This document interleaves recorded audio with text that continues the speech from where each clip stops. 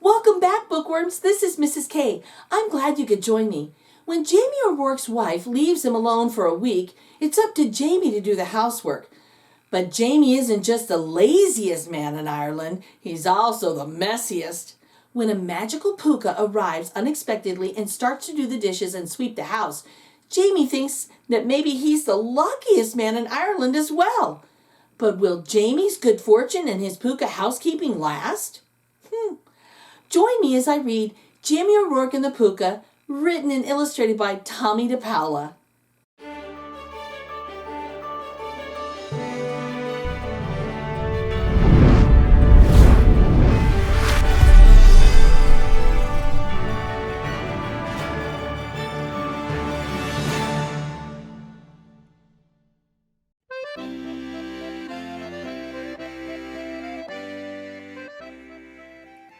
Jamie O'Rourke, Eileen said. Wake up, I've something to tell ya. Jamie, who was the laziest man in all of Ireland, was sleeping in the warm sun outside their cottage. His wife gave him a shake. Wake up for heaven's sakes, Eileen said again. I'm not sleeping, Jamie answered with a yawn. Sure, I was sitting here thinking. Funny. Now, Jamie, please listen, Eileen replied. Do you remember that I'm going up to visit my sister Kathleen and her family to help with the new baby? Jamie let out a snore. Eileen poked him. What are you doing, woman? Can't you see I'm right in the middle of solving a great problem? Jamie answered. Well, now that all that fine thoughts I'm having have flown out of my head, you might as well tell me what's going on. Oh, he doesn't look happy.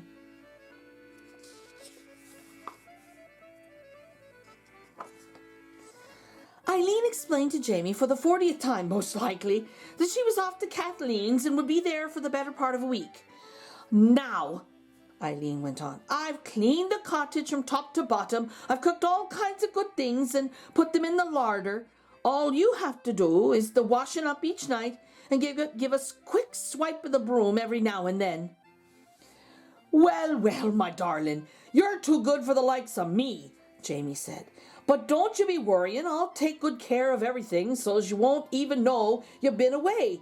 Now, give us a kiss and be off with ya. And down the road went Eileen O'Rourke. Oh, boy.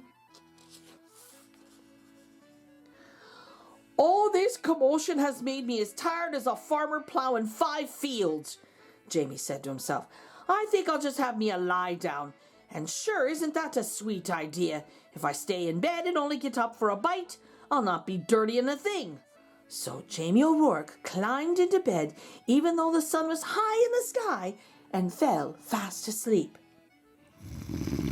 Jamie O'Rourke, 3 voices called outside the door. Where are ya, man? We heard Eileen's off to her sister, so's we've come to keep you company. Uh-oh. Jamie woke up and recognized the voices of his cronies, Patrick, Michael, and Seamus. Jamie got out of bed, and since he hadn't taken off his clothes, he didn't have to be putting them on again. Come in, me lads, Jamie said, opening the door. The sun was sinking behind the hills. Well, what do we have here? Jamie asked, pointing to a crockery jug. This is the finest cider you'll find this side of the county, Patrick said. Get some mugs, Michael said. And some grub, Seamus said. He knew that Eileen wouldn't leave Jamie without plenty of good things to eat. Uh-oh. When the food was on the table and mugs, plates, knives, and forks too, they all sat down. They had themselves a fine old time, laughing and eating until it was time to go home. Oh boy, even the dog and the cat. Look at that.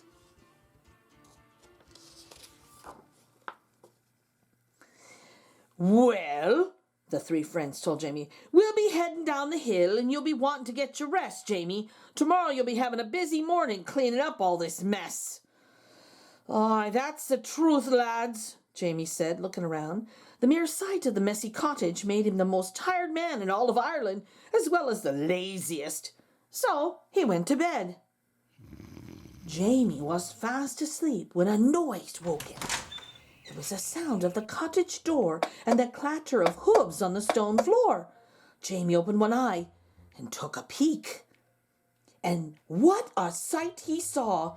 He couldn't tell if it was a man or a donkey standing there. Whatever it was, it had long ears and a tail. "Saints preserve us," Jamie whispered.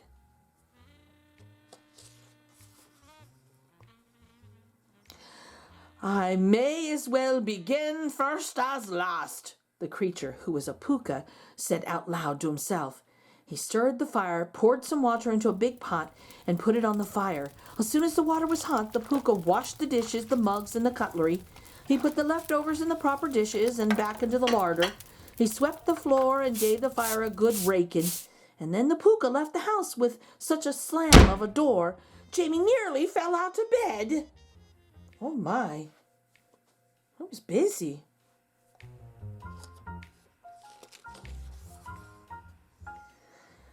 The next evening, when Patrick, Michael, and Seamus came by with a fresh jug of cider, they were amazed to see the cottage as if Eileen had been there.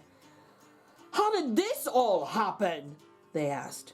"Well, me lads," Jamie replied, "I got up with the birds and cleaned it up just like any good husband would do when his darling wife is away."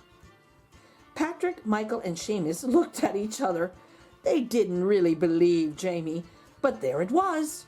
So the four friends had another grand time, just like the night before. Boy, look at that.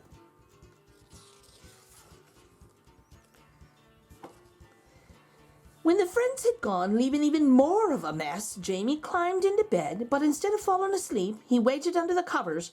Sure enough, the door opened and the Pooka was back, cleaning up everything fast and furiously. "This is luck indeed," Jamie said to himself. "Why, with this creature coming and cleaning up, I can have me cronies here every night.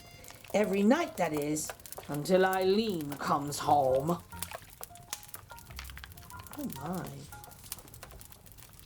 And that is what he did.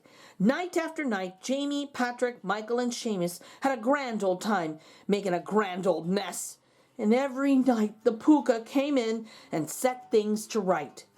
By the end of the week, Jamie was curious about this accommodating creature, so he decided to stay up and have a chat with him. He was a little scared when the Pooka came in and went right to the fire, but he took a deep breath, swallowed a mouthful of cider for courage, and spoke up. "Now then, sir, if I'm not taking a liberty, might I be knowing who you are and why you're so kind as to do the cleaning up each night after me friends and myself?" Oh my.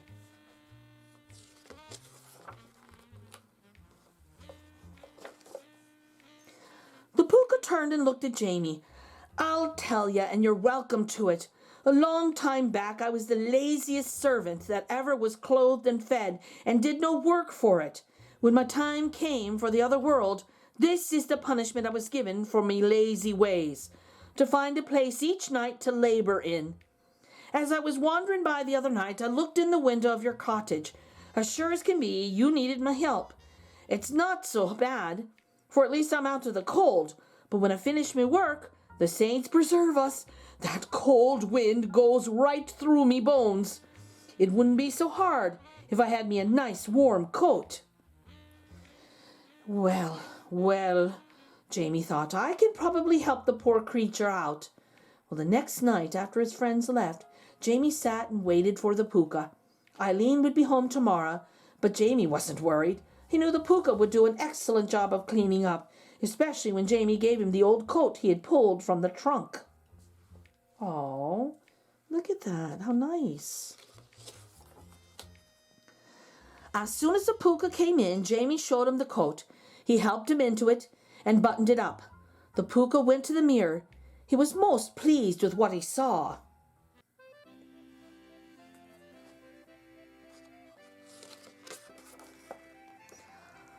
"I am much obliged to you, Jamie O'Rourke. You made me happy at last. Now I'll be saying good night to ya."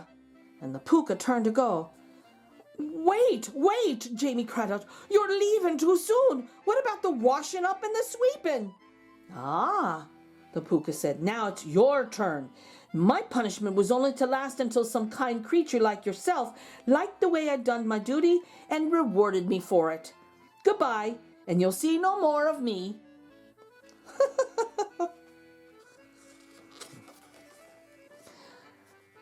The Pooka left, and there was Jamie with the mess, or should we say Eileen, for when she arrived the next morning and looked around the cottage, she said, "Oh, Jamie O'Rourke, what do you have to say for yourself?" But Jamie said nothing. He was too busy thinking he shouldn't have been in such a hurry to reward that ungrateful Pooka.